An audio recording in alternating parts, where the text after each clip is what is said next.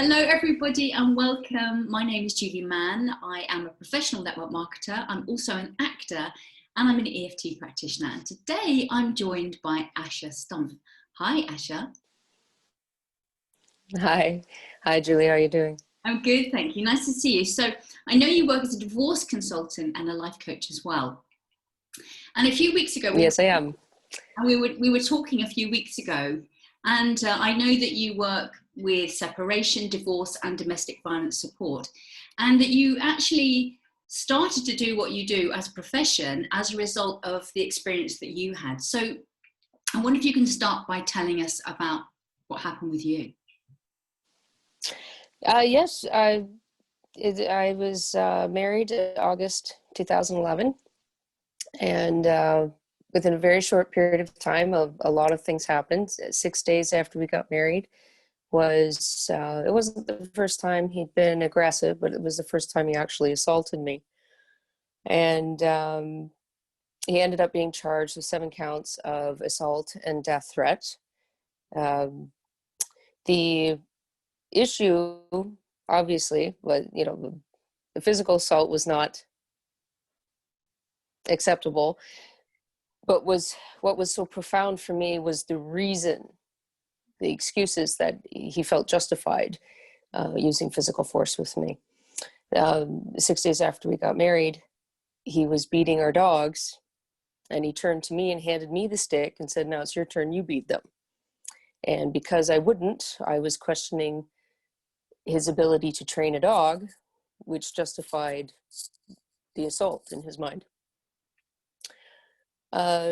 So I continued to try to make it work with him. I ended up going to a shelter 5 times before I finally didn't go back. I found out later that's actually pretty common in abusive relationships. It doesn't start out that way, obviously. Nobody goes seeking that kind of relationship. So you're forever trying to dig yourself out a hole, getting back to the good times, until you finally wake up and realize that that's not going to be the case. Once I knew that it was never going to get better, I still stayed for about another month, just out of I worked in the financial industry. If I have to file bankruptcy as a result of the divorce, then not only do I not have a career, I'll still have student debts for a career I can't work in. Not to mention my son, my church, my friends, my family. So it was just a big mess. And I had spent 8 years hiding what was going on. Not that I was able to fool everyone, but I was able to enough that when I actually finally came out with what was really going on, half of them were shocked because I'd hid it so well. And the other half were like, well, we knew it was bad. Anyway, so when I finally left, I was completely destroyed. I had lost my career, my health, my credit, my house, my home, my friends, my family. I had lost absolutely everything, except for the clothes on my back and my son. And it took professional intervention from authorities to even get that much. So now I'm out on the street with my son, and literally using my arm for his pillow and my jacket for his coat. And he has the house, the money, the vehicles, the business. He has everything. And I then spent 4.5 years begging for help from the courts, police, judges, CAS, women's crisis, absolutely every possible resource I could get my hands on. And I found myself retelling my story over and over to the various resources. And there was a lot of conflicting information, a lot of holes, a lot of fill in the gaps. And if it wasn't for the fact that I knew that if my ex got unsupervised visits with my son, who was then only 2, 3, 4, 5 during the court process, bad things would happen. Not to mention what he had told me, which was if I ever left him, he would take my son and I'd never see them again. Due to the fact that I stayed with him for 3 years after he was actually charged, even though the assaults continued, I wasn't calling the police anymore. because he had made me pay for calling them the first time. It became increasingly difficult because the general outside perception was there's no longer a problem. The charges are old. Even if he's continued to assault you, now that you're gone, there's no more problem. Father's rights, child's right to unsupervised visits, completely ignoring the child's right to a safe emotional environment. So at one point, a judge ordered unsupervised phone access with the intention of unsupervised in person after 3 months. I was devastated, absolutely devastated of all the things that he had pulled. My documentation, I guess, was circumstantial, but it was still there, and they weren't interested in looking at it again. I was gone, so there was no more problem. Not realizing that physical assaults come after the emotional, spiritual, financial, mental, whatever other kind of abuse stops working, that's when the physical comes out. So once you remove the physical, all the other forms of abuse are still there. What ended up happening is during those 3 months of unsupervised phone calls, he was so aggressive verbally with him that my son literally ended up in the hospital, in and out of the hospital for 6 months with abdominal migraines. But it took him 6 months to get it diagnosed with that. He would scream at him, "You will say you love me. I'm your father. You better be careful who you listen to. People are filling your heads with lies," and just all kinds of stuff. There was one incident where he had hit a girl at school.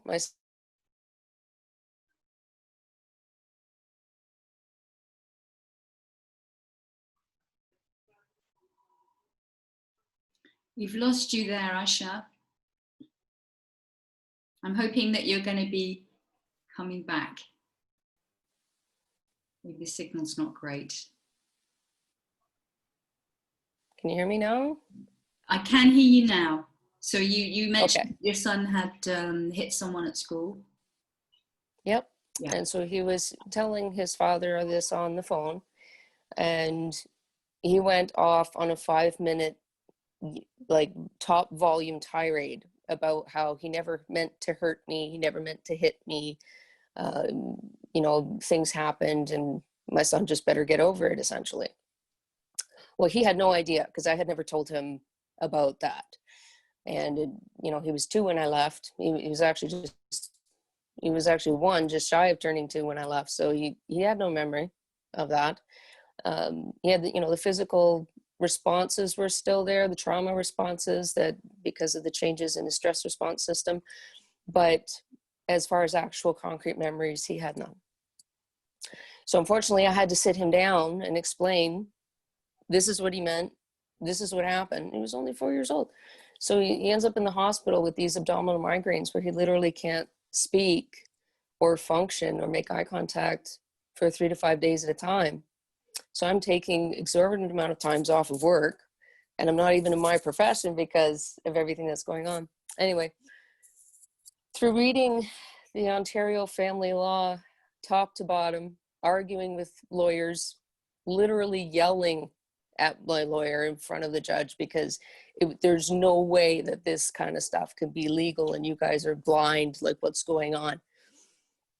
Same conversation with church, friends, family. I had to move 6 times in 2 years. The last 2 times I moved, I didn't even tell my own mother because I had no idea how he kept getting my address. I had to change our names, like I had to go through so much.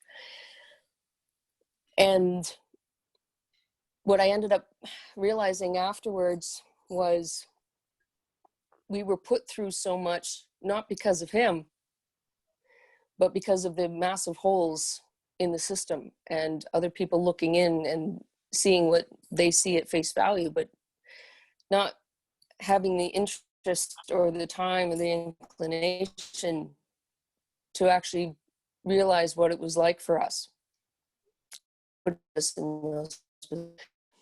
Compounded by misinformation, extreme misinformation, and to be honest, bold-faced lies at times from lawyers.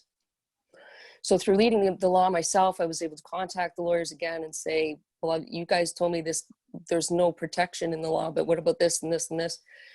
And at the same time, friends of mine were watching what I was going through, and they were watching me step by step, the horror, the terror, the grief, the sleepless nights, the anxiety, the cruelty, and finding these laws and going in front of the judge, representing myself, shaking.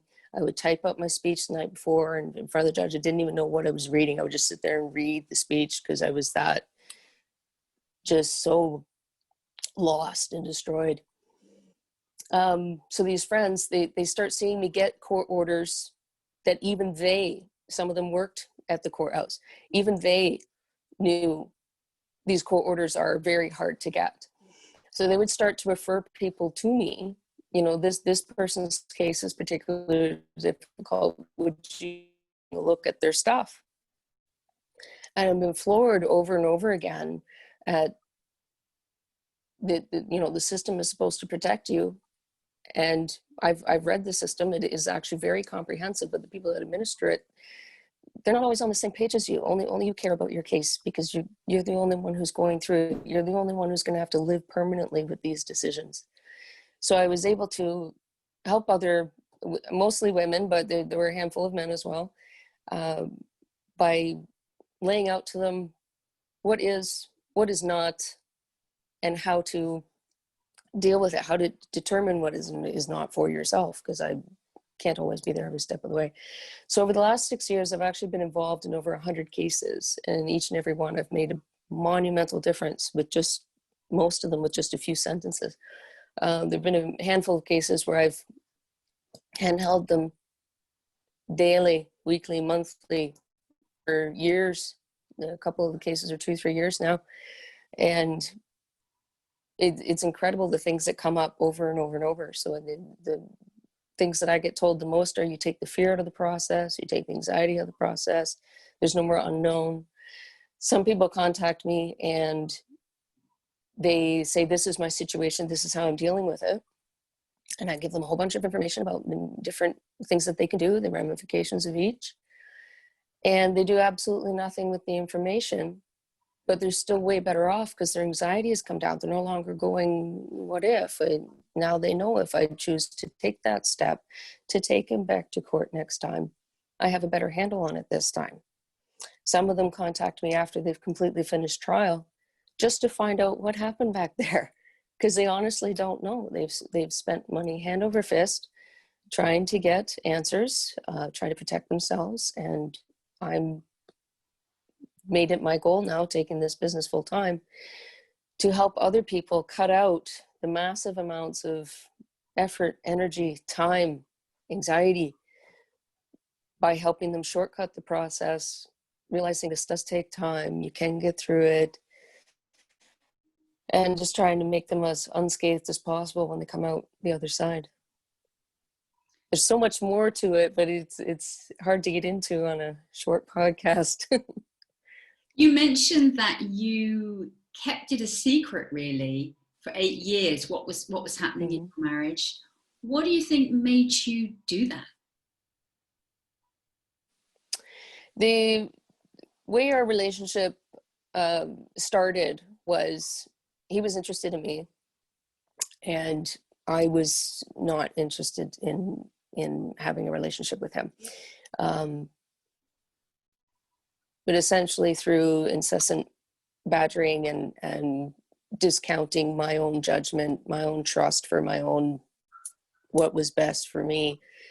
It was very similar to my childhood, so it wasn't abnormal to me. It didn't stick out to me. Someone else's judgment for my life was better than mine. So I eventually caved, and it was just slowly over time. Some women ask me now, how do I prevent my daughters from falling for this? And the number one thing I can say to them is say no. Because I'm a yes person. I'll say yes all day long. I'll bend over backwards, overextend myself to help other people.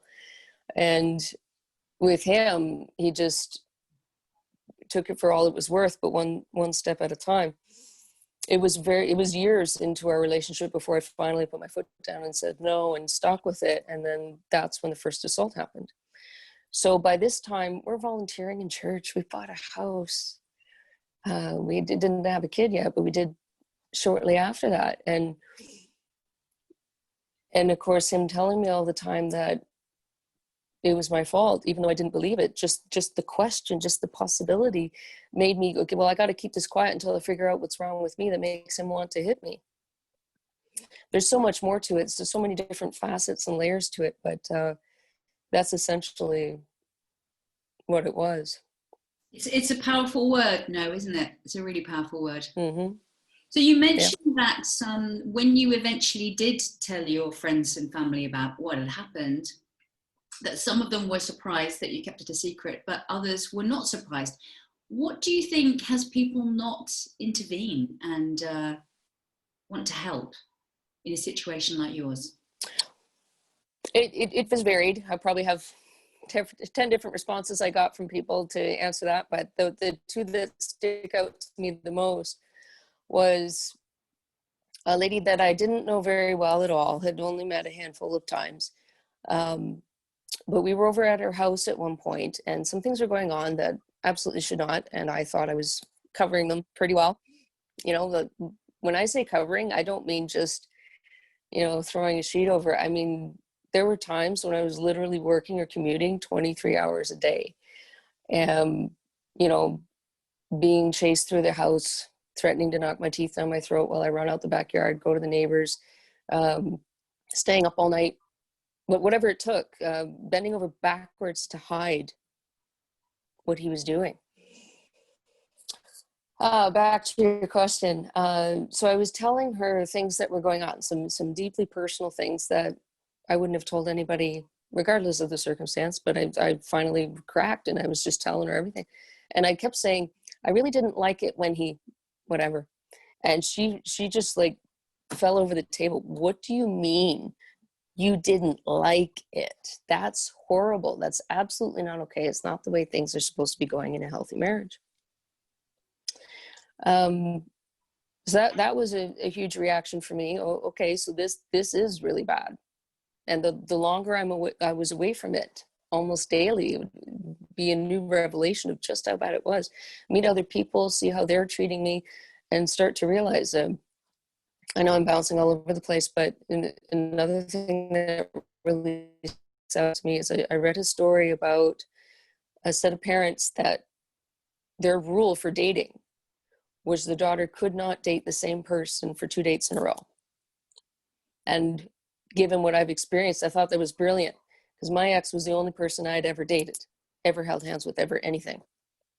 So that's what I'll be doing with my kids. Expose yourself to different people, how different people treat you, so that you get a feel for it, instead of just putting up with thinking there's nothing else out there. Anyway, so their reactions, so that was a big one that stuck out for me. The other one that really stuck out for me, I got from a few people, which was, this is why we never came over to your house. I would invite people over all the time. Nobody thought there was wrong. Meanwhile, they were slightly cutting out, avoiding because they saw it. It's slightly cutting out. So I know you said that you would invite people all the time, and then we lost you. Mm-hmm. Nobody would come over, but after I left, I found it was because they were avoiding him. And it was a pretty even split between everybody most people that I was hiding it from. Once I told them, they just simply didn't believe me. I no longer can have contact with them because they even allow me in there to bold face confronting me. I just say, I'm not asking you to believe me. I'm just asking you to not call me a liar to my face. I'll come over, I'll visit, and they won't leave it alone. So I have to withdraw from that. And of course I get blamed for that too. Yeah, it's a mess. It's a mess. And then when other women are going through it and they're used to talking to their spouse, what lawyer do I hire? How much? And now they have no one to talk to because their support system, their social network is all tied to their marriage. Yeah, I can only imagine how what an intricate web that is and how difficult that is. And I've not been through anything like that. So I know that now you're really happily married to someone else. Was it difficult for you, Asha, to trust someone after going through an experience like that? Yes, it only took me 8 months. It probably should have taken me a lot longer. I think in part the reason that it, you know, they weren't relationships, but I mean, they were, after I left, I was finally going out, I was meeting people, I was doing things for myself. I had spent years making quilts for other people. After I left, I finally sat down and made one for myself, and just things like that, just putting me first for the first time. So I was going out a lot, meeting a lot of different people. There were a lot of guys interested. And I literally must have met, obviously they weren't relationships, but, met, spoken with, and kicked out at least 60 different guys in 8 months, because I had had enough. And, if they just wanted to stick around, then that's fine. But as soon as they tried to turn it to relationship, not that I would turn down the relationship, but that, I would start nitpicking them. I was extremely picky the second time around. And just, I would point out this and this and this, and they would refuse to change it. And no problem. I don't need you to change, but I don't need you in my life then either. Then I met Sean 8 months after leaving, and it took me 6 months with him before I went, oh, he's serious now. Okay, all right. And, up to that point, I didn't appreciate anything he did because he was going to be gone in a few days anyway. And 3 kids in a house, or, 3 more kids, so 4 kids total, and buying a house and 6 moves. And he just recovered from 2 years dealing with cancer. And our daughter was on machines for 2.5 years, and all the court processes and the police over at least a dozen times for everything that's going on. And we're still gigging, so. Oh my goodness, so much. So what do you think that your potential clients, who are obviously extremely vulnerable, need most? Divorce is incredibly individual. There are so many varying circumstances. It's incredibly difficult to narrow it down. That's actually what the roadblock I'm having right now in trying to, do ads and get the word out there, what I do. But a couple really good examples is, the other day I got a call from a local lady here saying, I dealt with her a couple times before, but it was months in between each contact from her. Through the information I was able to give her, she was actually able to get her abuser out of the house, even though she hadn't been able to do that previously with any of the resources she had contacted. So once he was gone, she called me the other night and said, this is what he's doing. He's contacted some people that he has no way of knowing without following me that I even know these people. And he's threatening them because of me, because they're seeing me. He's trying to get them to stop seeing me.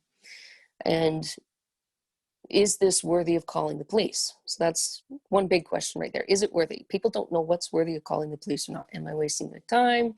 And it stops a lot of people from calling. I know it did me for years after I called the first time. Then the second question was, but what if they don't do anything? And that's not an invalid fear. They often don't, because they can't. And then even when they can, it's too much paperwork, because they know the Crown Attorney's not going to take it any further.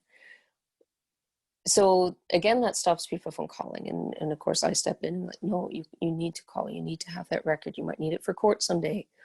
You might need it for any number of reasons for what you might need down the road. If you don't call, you will be blamed for not calling. At least if you call, it's on record.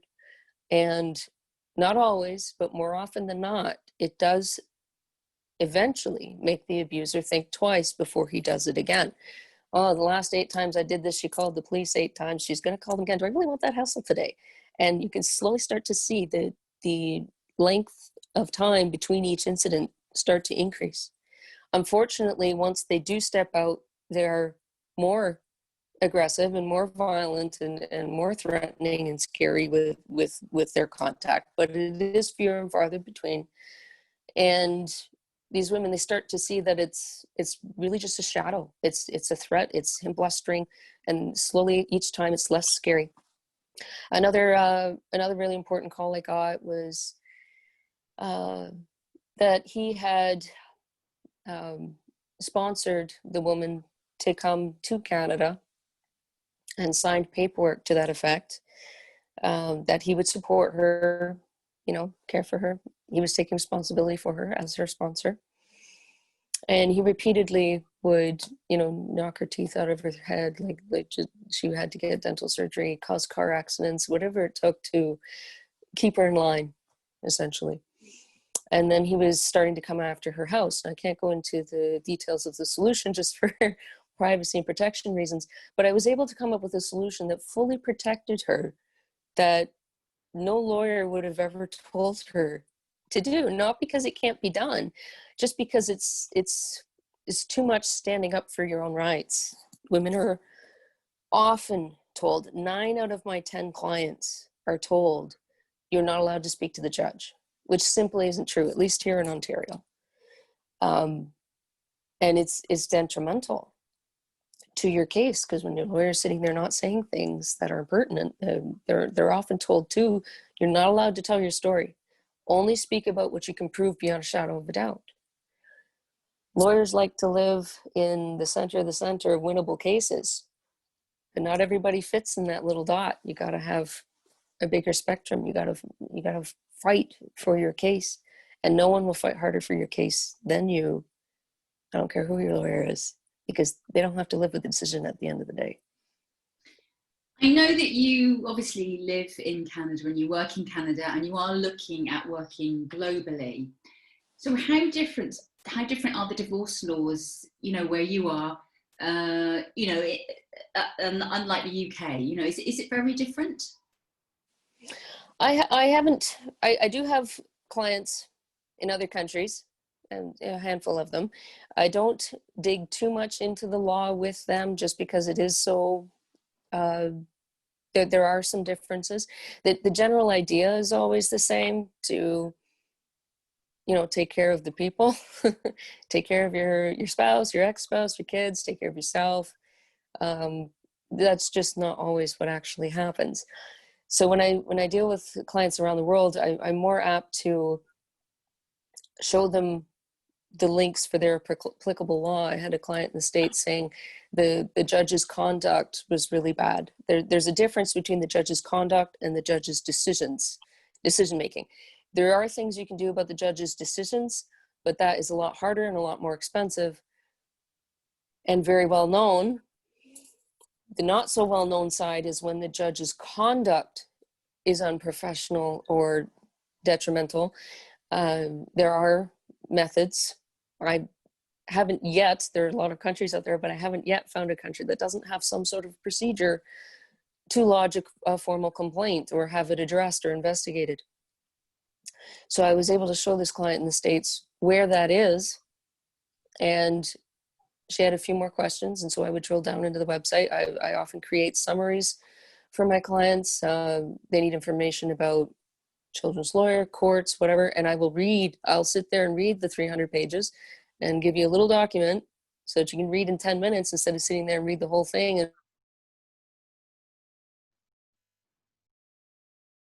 You've gone silent, Asha. I'm not quite sure what happened there.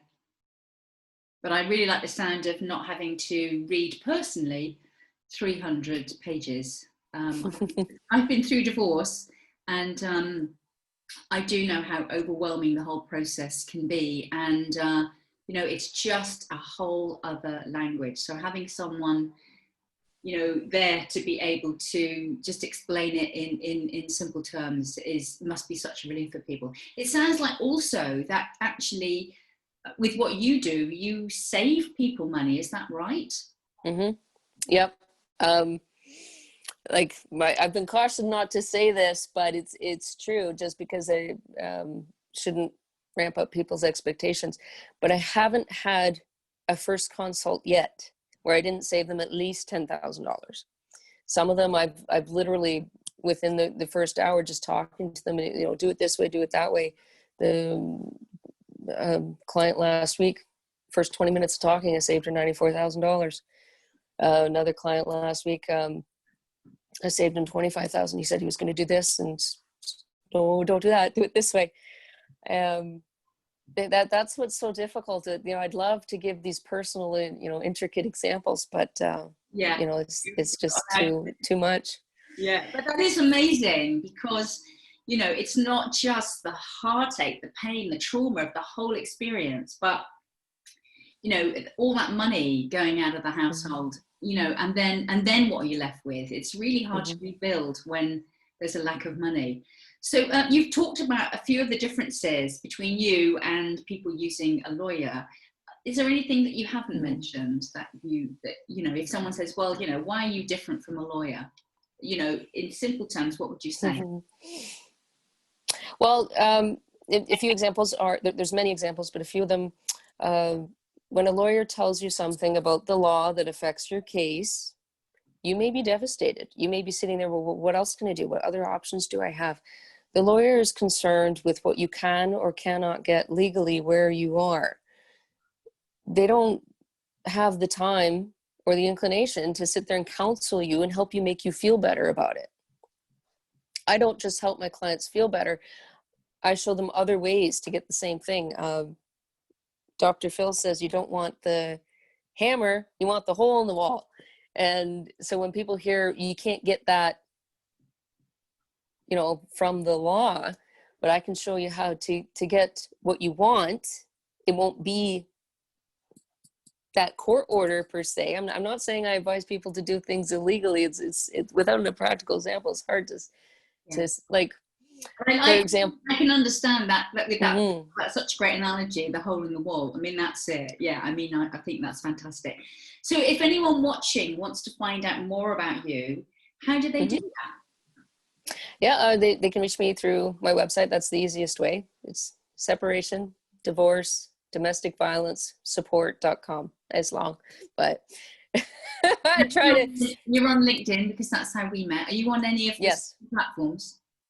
Yes, I'm not very adept at them, but the accounts are there, and I'm working on getting some content up. But I'm also on Pinterest, Instagram, Twitter. Wow, the lot. Yes. Yeah. Are there enough hours in the day? So if anyone is watching right now and they're currently in a really unhealthy marriage, what would you like to say to them, Asha? In my experience, this isn't everybody's experience, but in my experience and in a lot of people's experience, it's the fear mongering. You can't leave because. For me, it was you can't leave because God. For other people, I've heard you can't leave because you'll lose sole custody. You can't leave because you won't have enough money. I've heard you can't leave because your first language isn't English. You can't leave because you're too stupid. I've heard it all. So if you need to leave, you have to do it safely and methodically, but trust your own judgment, not your abusive ex's judgment, not your friends and family's judgment. Again, you are the only one in your case. As well as I might ever get to know somebody's case, only they know absolutely everything. It's impossible for anyone else to know absolutely everything. Only you know you. Only you know what you need, and do whatever that is. If it's difficult, if it's dangerous, find resources, talk to people, be careful, but do what you need to do. One lady within the last couple of weeks, she was saying that they had already separated, but the children were going for unsupervised visits, and she was being threatened and harassed not to take them to counseling because it would be used against her. Long story. But essentially, I said, if counseling is what's right for your kids, do it. Don't let the unknown, don't let fear stop you. Research, find out, talk to other people who have been through it, do it smart, but do it. Brilliant. Great advice. Asha, thank you so much for talking about a very painful experience, but, you know, doing what you do to make that difference. Thank you very much. Thank you. Thank you. Gotcha.